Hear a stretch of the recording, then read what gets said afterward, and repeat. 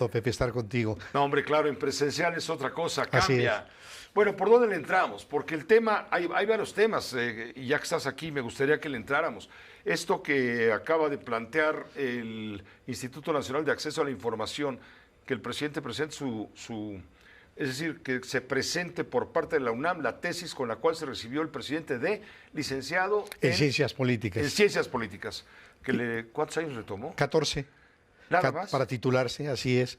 Sí, yo tengo la impresión, Pepe, de que quizá este resentimiento que transmite el presidente de la República en contra de su alma mater puede tener que ver con el hecho de que a lo largo de todos esos años haya tenido una descalificación de sus propios compañeros.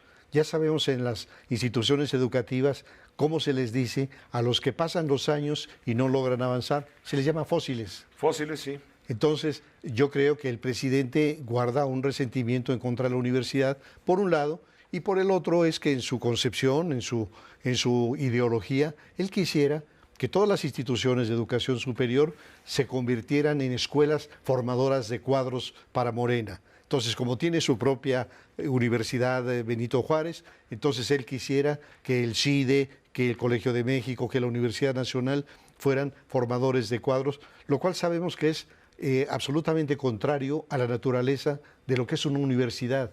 Universidad significa unidad en la diversidad. Claro. Entonces significa dar la posibilidad de acceder a los distintos pensamientos, a las distintas filosofías, a los distintos enfoques y no un pensamiento único. Entonces, interesante que el INAI en este momento nos pida, porque yo mismo he tenido la curiosidad de conocer esa tesis profesional y sin embargo, por alguna razón no está accesible. Entonces, sí conocer parte de la personalidad del presidente, qué pensaba en aquellos años en que se tituló. Lo que sí me parece evidente es que en esa carrera de Ciencia Política y Administración Pública seguramente no asistía a las clases de administración, porque cuando un hombre te dice, como López Obrador, que gobernar no tiene ciencia, que lo que se necesita es 90% de honestidad y 10% de experiencia, dice uno, entonces no pasó por las aulas de las cátedras de Administración Pública. Vaya asuntos, sin duda, el asunto de Juárez. Terrible tema de Juárez, donde se involucra el titular de comisionados, es el título Sí, del Instituto Nacional de Migración, exacto. Francisco Garduño, quien, por cierto, procede de haberse encargado de los penales. Así es. Sí, yo creo que cuando vemos estas escenas, la tragedia de Ciudad Juárez, no podemos dejar de recordar que nuestro país fue una nación muy prestigiada internacionalmente por la generosidad con la que recibía a los emigrantes que venían, digamos, en la época del general Cárdenas, de la Guerra Civil Española, o a lo mejor en la década de los 70, los perseguidos por las dictaduras en el Cono Sur, en Brasil, en Argentina, en Uruguay. En Chile. Era una nación, sí, muy generosa.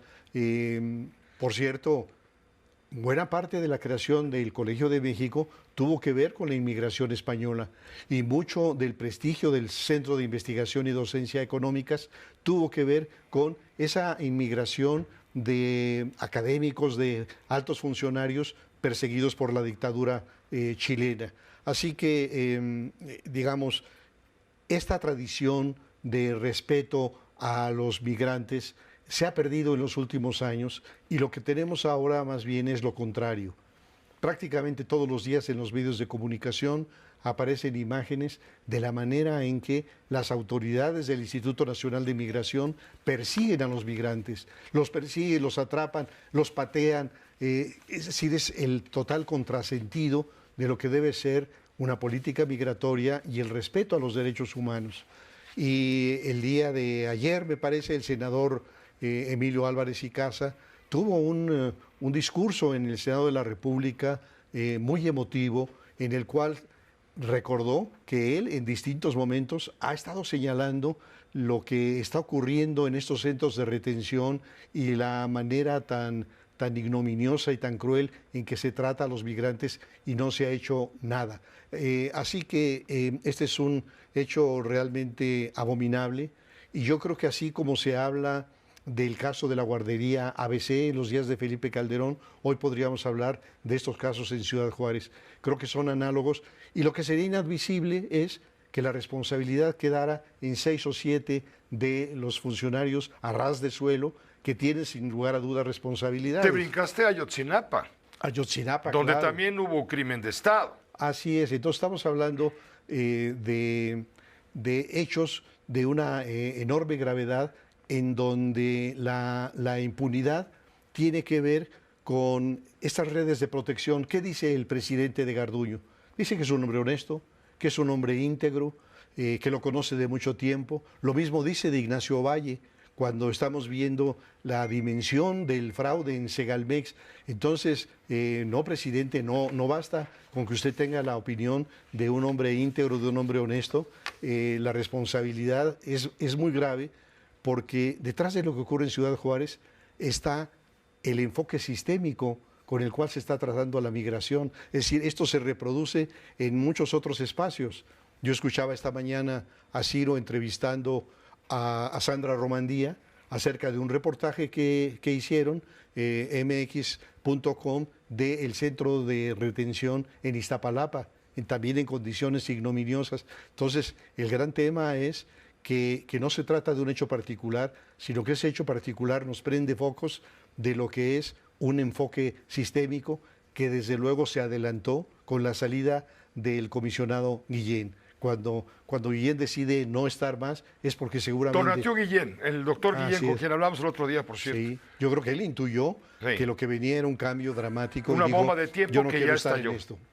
Sí. Y un asunto que no tiene remedio, y todo esto por presión de Estados Unidos. Hoy le preguntaron a un vocero, portavoz de la Casa Blanca, hay varios voceros, uno de ellos John Kirby, le preguntaron si él percibía responsabilidad del gobierno de Estados Unidos al presionar al de México para convertirse en el policía para evitar el tránsito de los mexicanos hacia, bueno, los mexicanos, los centroamericanos, venezolanos, nicaragüenses, haitianos, cubanos, para irse a Estados Unidos. Esto fue lo que dijo John Kirby, te lo pongo de una vez.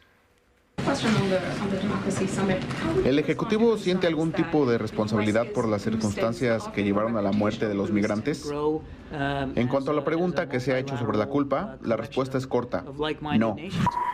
Simplemente dice no tenemos responsabilidad. Es lo que dice Estados Unidos en la Casa Blanca. Y seguramente la tienen. Y aquí hay otra de las interrogantes respecto a la psique del presidente López Obrador.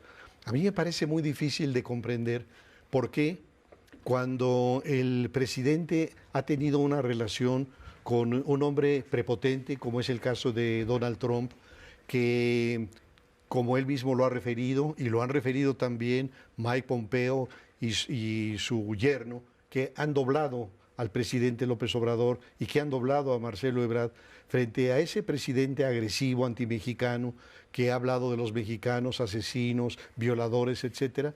La postura del presidente mexicano es de amistad y inclusive ha ido a Washington para agradecerle el buen trato que le tiene a México. No tengo la menor duda de que la presión de Trump con los aranceles llevó a México a convertirse en la práctica en el tercer país seguro y a movilizar a decenas de miles de guardias nacionales para hacer el papel de la Border Patrol en el sur de la frontera. Si me permites, Alfonso Zárate, déjame ponerte el audio al que hiciste referencia, me lo acaban de pasar ahora, de parte del senador del Grupo Plural, Emilio Álvarez y Casa, cuando en tribuna reclama la urgente necesidad de justicia por lo ocurrido en Juárez de esta manera. ¿Qué tiene que pasar para que cambien la política? Lo que está pasando es una sistemática violación a los migrantes. 40 personas y nos traen un tour. Y ni siquiera una comisión. ¿Qué les pasa? Si encabezan la indignación, pónganse a la altura de la tragedia y dejen de minimizar los hechos. Es lo que dice Emilio Álvarez y Casa. Te agradecemos mucho, Alfonso, tu comentario, como siempre, bienvenido. Muchas gracias, Pepe. Aquí nos veremos. Claro que sí, por supuesto. Gracias, el maestro Hasta Alfonso pronto. Zárate, los usos del poder.